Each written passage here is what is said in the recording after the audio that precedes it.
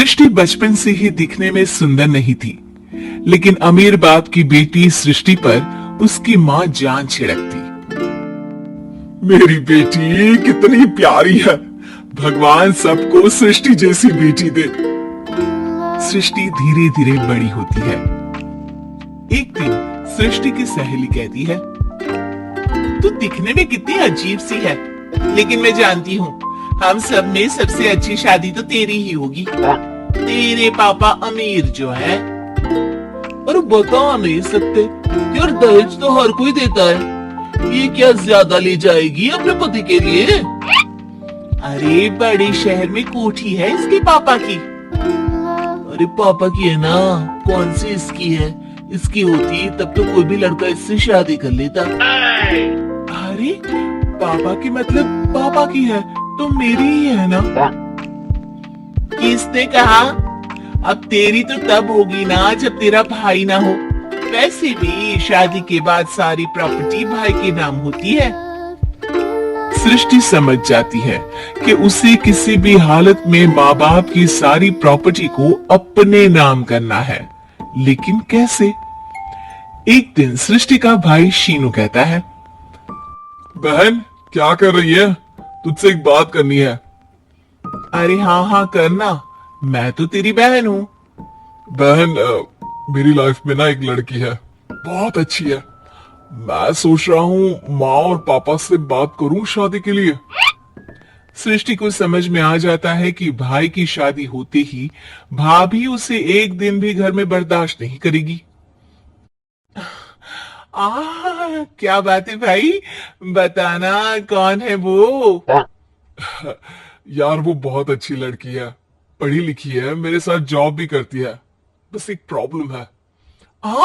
Problem? क्या problem है भाई? यार वो शादीशुदा है, लेकिन उसके पति ने उसे सिर्फ इसलिए छोड़ दिया क्योंकि उसके माँ बाप दहेज नहीं दे पाए।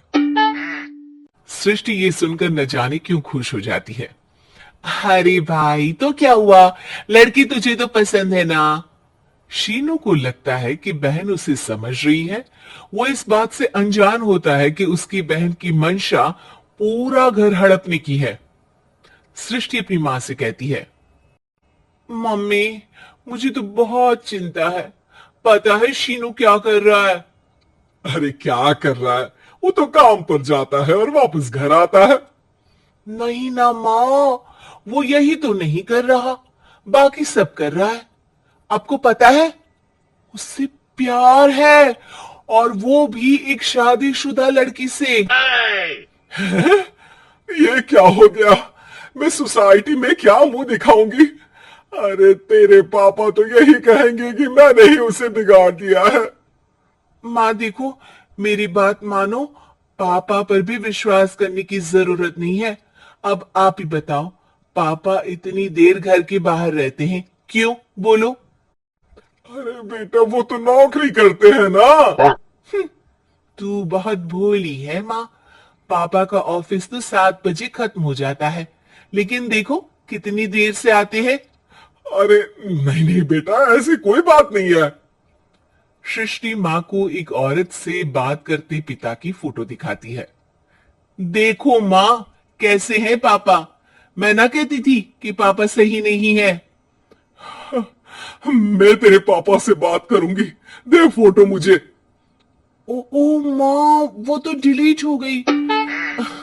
लेकिन चल तूने तो देख लिया ना, पापा से बाद में बात कर लेना, और हाँ मेरा नाम बिल्कुल मत लेना। हाँ माँ। अब क्या था, सृष्टि की माँ और पिता के बीच झगड़ा होना शुरू हो जाता है। सृष्टि के मन में क्या चल रहा था कोई नहीं जानता था। एक दिन, माँ सृष्टि के लिए एक लड़का देखा है, वो लोग शाम को उसे देखने आने वाले हैं। और हाँ माँ, एक खुशखबरी, मैं और पापा मिलकर एक नया बिजनेस ट्राई कर रहे हैं। शाम को लड़का आता है, सांवले रंग का। सृष्टि को तो बिल्कुल भी पसंद नहीं आता।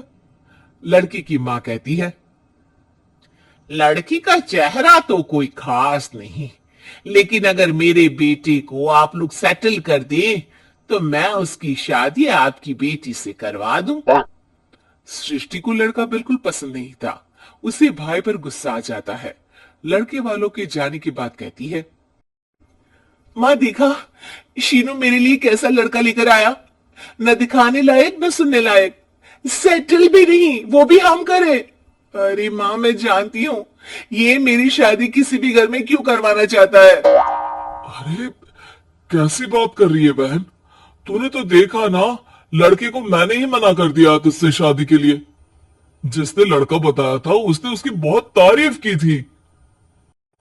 बात आई गई हो जाती है, लेकिन सृष्टि का मन शांत नहीं होता। क्या करूं, कुछ समझ में नहीं आ रहा। मेरी शादी हो गई तो ये लोग पूरी प्रॉपर्टी शीनू के नाम कर देंगे, मेरे हाथ तो कुछ लगेगा ही नहीं। तभी सृष्टि को आइडिया आता है। वो किसी वकील को फोन करती है। जी देखिए, अगर आपके मम्मी पापा का तलाक हो जाता है तो आपके पिता की आधी प्रॉपर्टी आपकी माँ के नाम हो जाएगी, फिर उसे वो किसी को भी दे सकती है।